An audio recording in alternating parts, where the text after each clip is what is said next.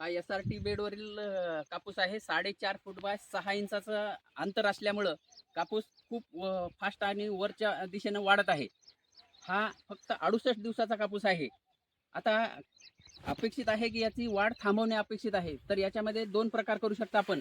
एक तर याचं चमत्कार औषध मारून वाढ थांबवू शकतो आणि दुसरा प्रकार आहे याचं फक्त हे जे टोकाचं शेंडा आहे, हा चलत एवढा खुडायचा आहे की याची वाढ थांबून जाते आणि ह्या बाजूच्या फळफांद्या आहेत याच्यामध्ये खूप माल लागतो आणि फळफांद्या आणि बोंडाची साईज पण वाढते. त्याचा फायदा ह्या वरची शेंडा मारून टॉप मारून वाढ थांबवण्यामुळे होत असतो. तर पहा किती ग्रीनरी आणि कापसाची SRT बेडमध्ये जैविक निविष्ठा आणि वेगवेगळ्या चिकट सापळे, ते चिकट सापळेमध्ये पूर्ण याच्यावर तयार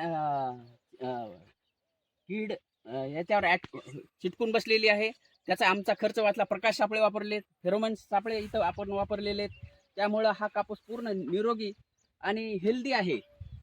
अशा दुष्काळात यावर्षी 50% पाऊस कमी आहे, तरी पण कापूस आपला चांगला आहे. केवळ जैविक निविष्ठा, SRT पद्धत आणि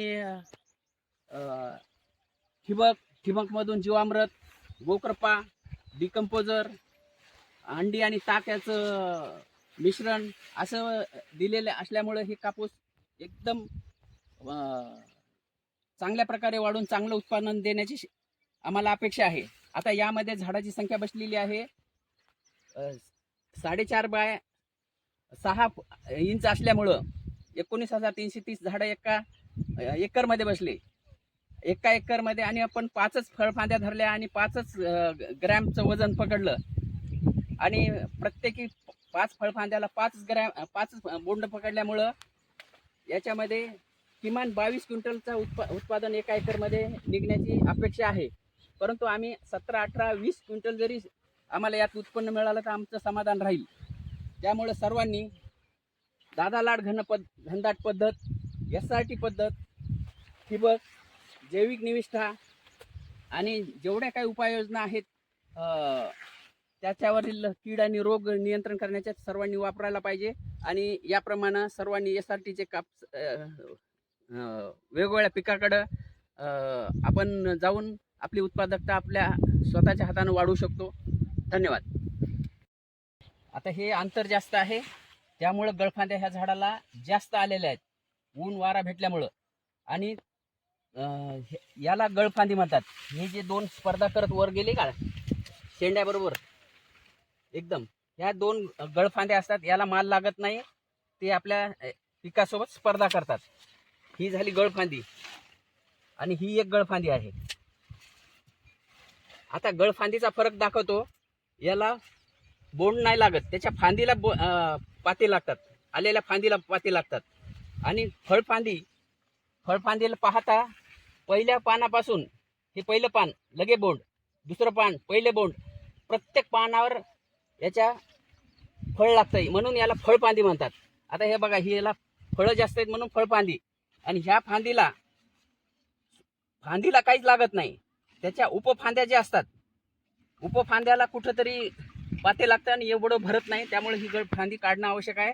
हा काढल्याचा फायदा म्हणजे ऊन वाऱ्यापासून संरक्षण, स्प्रेचा खर्च कमी होतो, रोगराई कमी येते, हवा खेळती राहते. आणि अतिदाट पद्धतीमध्ये बोंड सडायची सुद्धा भीती असते. परंतु हे गळफांदी काढल्यामुळं हवा वारा आणि वातावरण चांगलं राहिल्यामुळं आणि बुरशीजन्य रोग कमी येतात. त्यामुळं गळफांदी काढणं आवश्यक आहे. हे झालं छोट्या झाडाच्या गळफांदी दाखवल्या आपल्याला. या पद्धतीमध्ये आपण अतिघनदाट पद्धत जी दादा लाड पद्धत वापरली, त्यामध्ये स्पर्धा लागली आणि झाड वर वाढायला लागलं सूर्यप्रकाशासाठी. त्यामुळे या प्लॉटमध्ये गळफांदी फार कमी आहेत. आता ही गळफांदी दाखवतो. एवढं झाड आहे, त्याला ही गळफांदी आहे. एकदम छोटी गळफांदी आली,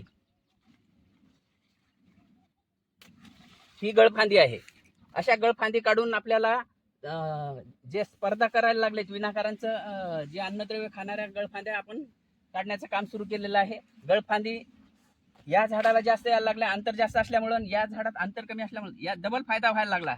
एक तर अंतर कमी, झाडाची संख्या जास्त व्हायला लागली आणि आपल्याला उत्पादन पण जास्त मिळणार आहे. आता या पद्धतीमध्ये 6 इंचावर सगळे झाडं असल्यामुळं स्पर्धा सूर्यप्रकाशासाठी वर झाडं वाढत आहे आणि फळ गळफांदी जी आहे ना तर ही कमी प्रमाणात लागली आणि त्याची साईज पण छोटी आहे. त्यामुळे एवढा काय गळफांदीचा एवढा परिणाम इकडं या भागात झाला नाही, जिथं की आम्ही दाट झाडं लावलेले आहेत. संख्या पण जास्त बसली, त्यामुळे उत्पादन आपलं पण वाढणार आहे. आणि पारंपरिक पद्धतीमध्ये ज्यावेळेस झाडाचं अंतर जास्त आहे, दोन झाडामध्ये अंतर जास्त ठेवल्यामुळं सूर्यप्रकाश आणि हे मिळाल्यामुळं मोठ्या साईजच्या गळफांद्या निघाल्या, ज्या की आपल्याला धोकादायक आहेत. आपली उत्पादकताही कमी होते आणि एवढा फरक पडत नाही.